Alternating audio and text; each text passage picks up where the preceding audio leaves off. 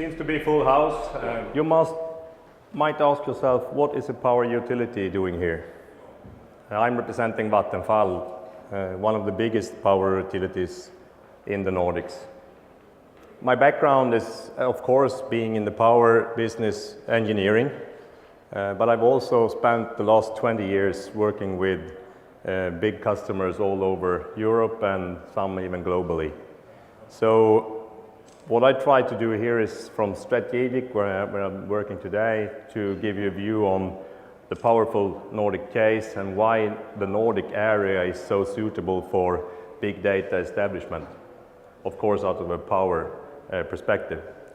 Starting off with, just to show the ones of you that don't know us, Vattenfall, this is the company that I represent. We have a net sales, you can see it here. We have millions of customers in different markets, both in retail. We have business to consumers, business to business, and also a large scale of industries in our portfolio. What you can see here is that we are almost 32,000 employees.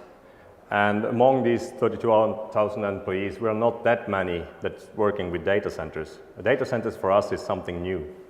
Has been on the agenda for, let's say, 4 or 5 years. But talking about the history of the company, 100 years, this is in a very short term. You can also see that we have quite a lot of production in our portfolio. We have 172 terawatt hours of power production in the portfolio in Europe, and about 75 of this is in Nordics. Vattenfall as a company is also connected to the smart energy enabler thought. We are working with sustainable cities, we are working with energy efficiency. We have been doing this since the mid-80s. And in doing that, we have also found that things will start to communicate. We found that already in the 90s. So I'm not surprised by this Internet of Things now happening. We have been studying this for a while, and I'm definitely sure that the utilities will be one of the parts driving this forward, definitely. We are also in e-mobility, and I just wanted to show you this because we think tomorrow will be electric, much more electric when it comes to transportation. And a car like this, developed together with Volvo, I'm actually driving one myself, constantly communicates with Volvo. So this car alone generates a lot of data transferred in between the car manufacturer, the ones having maintenance on the car and everything, and us, to see that everything is working. It's just an example on how this data will be driven as we see it. This slide is a very boring slide, but I want to start with it. What we state here is that the industry in the Nordic, the power industry in Nordic, has a very long tradition of serving industries that heavily depend on our product. And I can put a likeness on that if you talk about data going into cloud. You guys have your operation in one end, the customers in the end. You very seldom meet, but they always take for granted that this works. This is exactly what the power industry has been facing for 100 years. You guys are using energy on the other side. You don't think about all the components and stuff on the way. You just want that light bulb when you want the lights on. And this is where we see the parallel. We also see that the market situation in the Nordics continues to be very strong. And I'm going to elaborate a lot on that. Because we learned the last years in discussion globally with data industries that one of the worries is, will there be power? The other one is, what will the long-term cost for power be? Often also now question raised, how about the environmental footprint on this power? Can I buy it product specific? So we definitely welcome the data industry to look at the Nordics. And I will just show you, this is well known among you guys sitting here, but this is the whole reason why Vattenfall started to look at this. We saw all types of connectivity, we saw all types of activities. We also saw the rapid growing segment of data centers in terms of connecting power. And this is a slide from EDC. It's a little bit old now, but it's astonishing to see that all the data produced up till 2003, we actually produce every 10th minute in the year of 2014. It says a little bit about the rapid growth on this, and we heard Ari talk about earlier the problem to predict the size of the data factory, the problem to predict everything. What he also stated was that time is crucial. Important part of this is that you can't say that all data industries are the same. Some industries needs to be in the hubs, needs to be where the financial markets are because of the latency issue. Typically Frankfurt, London, Amsterdam and so forth, New York. But we see a growing activity where you use thin clients on the other end, mobile phones, tablets and so forth. And when you take that step out in the cloud, you leave, as a server hugger, you leave your servers from your own building, not only to the building next to your building, you can leave it to a total different location within the country, another country. As this is possible through the technology that's now emerging. And we see this very clearly. And then all of a sudden, we move from data centers in scales of hundreds of kilowatts to data centers in scales of tens of megawatts. And that's exactly what we see in Finland, we see it in Sweden, and we see it in several other markets. Then, of course, if you summarize this, just to give you a glimpse on what we see when we look at this, this is a multi-billion-dollar industry that you guys know. It's a lot of space available out there. It's huge areas of data halls today globally. It's growing rapidly in terms of service and what. But then we come to the line saying 38, I would say today more or less 41 gigawatts in connected power possible. And all of a sudden this becomes a great big industry that needs and consumes a lot of energy. When we looked at this 5 years ago, I mentioned, we didn't see this, but now it's clearly for us, this is a base industry segment. And I'm glad to also see that the Finnish government has seen this upon that this energy intense business, looking at the tax issues, we think this is very positive because compare this to other industries, it's extremely energy intense. We talk about cost, a typical cost on a yearly base that's average maybe 30% of the total cost in energy. To find that in traditional base industry, you need to look at aluminum smelters, you need to look at some chemical industries. Typically paper and pulp, steel and mining industries, they don't have that share of energy cost of total cost.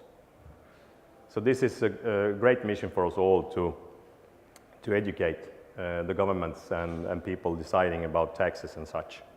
What we see here, and what I would like to elaborate a little bit more on, is the fact, the growth rate of this. The speed increases, new products comes out all the time. And I can clearly see and I can clearly understand the worries from site selection teams running all over the world, looking at, is this the best place to be in terms of different areas, but one area is of central point is energy. And we see on a global scale that it's very hard to get energy in some areas. In the Nordics, that's not the case, and that's what I'm going to talk about, the powerful Nordic case. And we also see that a lot of these big data factories are not predestinated to certain markets. And as I said, we move into clouds, this will definitely take up. Talking about the Nordics, now I'm going to be the typical energy guy. This is the energy part of it. But again, I think the essential is to show you that this is the right place to be if you need energy. This slide shows, produced already in 2008, the predicted changes in the Nordic area in terms of new production coming into the system. And this one is divided into Sweden, Finland, Norway and Denmark. Of course, not all of this is going to happen. But a lot of these decisions were taken already almost 10 years ago. So they are ongoing. Olkiluoto, the new nuclear here in Finland, is definitely one. Upgrade of the Swedish nuclear is another. What we see out of this is that the wind part has really taken up in speed. If you look at the sum of these, the most interesting part is the yellow box down on the right. What we see is that on the production side, the whole market in the Nordics will strengthen with another 35 to 40 terawatt hour of power. That's a lot of power. This power is enough to power, I would say, 4 times, at least almost 100 of big data center industry locations. So we are in a good position in the Nordics out of a power perspective. And with we, I mean all of us, the whole industry. This is the take-up in wind And as you see on this take-up, what has happened in 2006, we clearly see that it has reached now 23 terawatt-hour of power in 2013. That's a lot of power in terms of wind in a system that already has a lot of renewable production. We also see that Sweden and Norway are a little bit ahead. Denmark, of course, because they have been doing this by tradition. What's important for us also to notice is that this is also emerging in Finland. As you see here, today's level in Finland is 1 terawatt-hour, but I'm totally sure that the targets you put out, 6 by 2020, you will reach them. As a power industry, we do these investments, but we're not the only one. There are a lot of companies out there to do these investments. And the most recent ones are actually pension funds, long-term investors, and they are really looking at Finland, because in Finland you have a feed-in tariff system for new wind, meaning that it's good for you in a project to predict what you're going to earn. So Finland will definitely see more of the wind, and that's good, because the data industry we're talking about, the big players, they are looking for this. You've seen it in the news, how Google has handled some of their sourcing here in Finland from Swedish wind, and you will see much more coming. On the other hand, and this is the dilemma for us as utilities, we already have an infrastructure that's built, and you will hear Fingrid later today talk about the Finnish national grid. You have the same in the Swedish national grid, in the Norwegian national grid. We already have a system designed to serve higher consumption than we are facing today. At the same time, we are putting more production in. This shows the annual Nordic consumption, how it varies the last years since 2005. It's a clear downward trend. In Finland, you guys know this, because in Finland you have suffered harder from paper and pulp industries that actually leaving the market, not coming back after the downturn in 2007 and 8. In Sweden, we see the same. I could elaborate on this for hours on different segments, but it's very clear. Consumption is going down, and we're putting more production in the system, meaning that we are ready to take this new data industry that has such a speed in their decisions. We are ready to take them into the system already today. I took this slide for Finland because, as we are here talking, this is actually where we are now in Finland. It's a slight downturn, not as much as the one for Nordic, but it's still quite a downturn. So what I say here is that the ones like Yandex choosing a position in Finland, they are in the right place. The power is available, the grids will definitely be able to take care of this. Not every location, but a lot of locations. Talking about Sweden then a little bit, going more into detail what's actually happening. And this is the same picture we see in Finland, but I don't have that slide available. This slide shows where the different industry segments are moving since 2007 in terms of electric power use. And looking at this, at least from a Swedish perspective, the only industry that is not declining is the mining industry. And that is well known. We have several mining industries investing a lot within Sweden, caused by the fact that we have the minerals. But looking at iron and steel, they are declining. Looking at chemistry, moving sideways, but they will decline. Looking at engineering, declining, that's for sure, but definitely pulp and paper. We see the same trend in all the markets. Again, this opens a great opportunity for new consumers that want to have power today. Not in 2 years' time, not in 5 years' time, they want to have it today. It's available. And then Fingrid will later talk, so I won't go in detail on this, but the interesting part with this, again talking to colleagues from the US, this is not well known, that we have a system, a base in the system in terms of national grids in the Nordics that is extremely strong. Of course, the history of this comes from the fact that we had and we electrified a lot of base industries that were spread all over at the time. And we also had power in the north and usage in the south. But we have extremely strong national grids. And this is one unique selling point. We can always talk about other things, but coming to power, coming to grid, coming to redundant distribution, that's always a key issue here. And in Finland and in Sweden, this is very strong. In Norway too, but not as strong. And to mention that here, it's actually so that Norway today is taking their north production down through Sweden because the national grid in Norway can take all the transportation. But again, this shows how the countries together take care of this electricity that we produce. Another thing to mention, and I think it's important, is the carbon footprint, talking about power. Often when we meet companies in Asia Pacific, in the US and in the rest of the EU, at least the US companies, they are attracted by the EU looking at these figures saying we can reduce our footprint from 600 grams per CO2 per kilowatt hour generated down to 450 by moving to EU. And some of them are really fine with this. But then when we start to look at Nordic, we see that we are in the level of 100. Sweden in this case mentioned 20. I don't have the actual figure for Finland, but Nordic in an average is 100. That's 1/6 of an average in the US. And some people say, you guys, you don't know what you're sitting at. I know Derek has said it several times. This market, you guys are so, you should be more aggressive in selling this.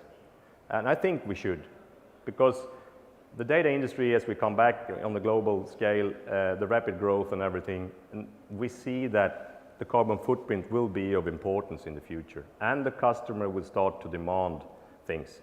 Not paying that extra, not that much money for it, but if it's there for the same cost, I'm definitely sure that the environmental issues will have an impact.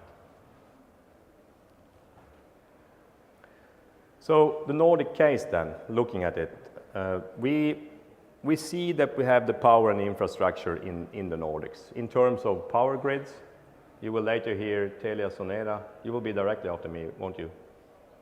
Talking about the fiber infrastructure, which is also well built. We see that we have the community and competence, and I can take a lot of examples on this. For instance, in Sweden, when Sweden got the Facebook establishment up in Luleå, one of the reasons, of course, for that was that Luleå had the full package. They had a package with ready sites, the power was already there. They had a municipality that really supported the new industry. And one important part, they also had a university. And we see today in Luleå, around the university, the take-up in terms of students the last 2 years in figures like 15% up when it comes to computer science, when it comes to IT-related educations. We see it very clearly. And then, mentioned before by someone I heard this morning that education, Oulu, in the Oulu region here in Finland, education connected to the data industry, not only the super, you mentioned it I reckon, not only the super hackers, also people that operates this, because we're talking about a new industry, we're talking about an industry that needs engineers, we're talking about an industry that needs technicians to run. And these types of education, short, mid-term educations, they pop up all the time now. In a region like Luleå, it's definitely there because Facebook needs this. We know it's happening also in the Hamina region around Google, definitely for sure. That part, community and competence, is very important when we address this segment. The last one with safety and stability, I think is, we take this for granted in our little part of the world. It's safe. It's a little bit boring though. No earthquakes, no major hurricanes. Okay, last summer was the 50-year maximum of lightning, but normally that's not a big issue either. Temperature is good, not when we sell tourist attractions, I would say, but looking at data centers and free cooling, it's perfect. It's perfect. We heard it, Yandex case earlier, we see it in Facebook and we know that others are working with it. So these three are really good, and Nordics meet this. We see that when we have these discussions globally. that the Nordics are now on the agenda. And again, the establishment by Google, by Facebook, by Yandex and others prove that this is possible. If you summarize this on the energy side, also a little bit boring, but it shows what I said.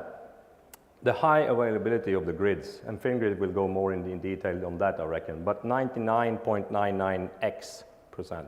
It's very high. Looking at states in the US, this is figures that they will only dream about. And they are not interconnected. This system is also interconnected between the countries, remember that. The production, we have an increased output, as I said, to expect the years to come. And a lot of these, I would say almost all of it is renewable, except for the nuclear that will come online. So it will be even greener. I think that's good, and I think it's important to remember. And then if you look at the table in the bottom here, already today we have 25 terawatt hours of surplus in the Nordic area.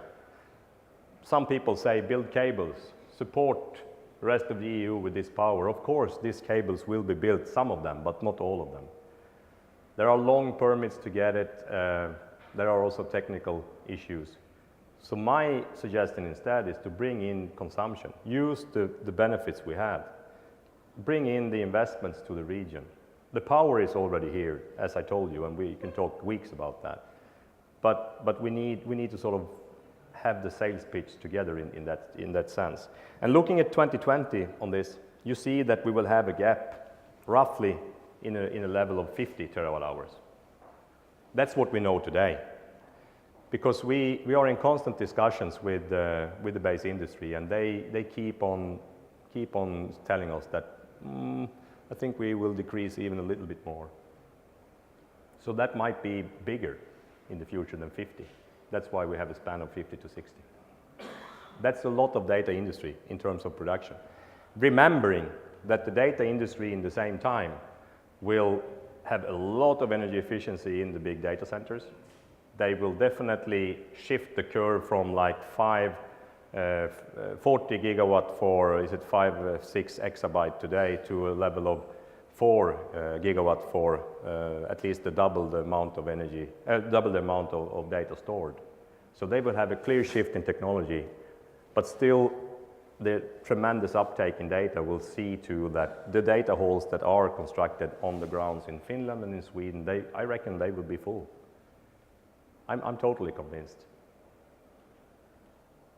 So, actually the whole message. We see a clear industrial paradigm shift. I couldn't present this on the paper and pulp organizations' yearly meetings, I would say, because they will throw me out. But again, this is the fact. This is what we see. We see that from 2007 to 12, 6 to 7 terawatt hours has disappeared in terms of consumption from this segment only.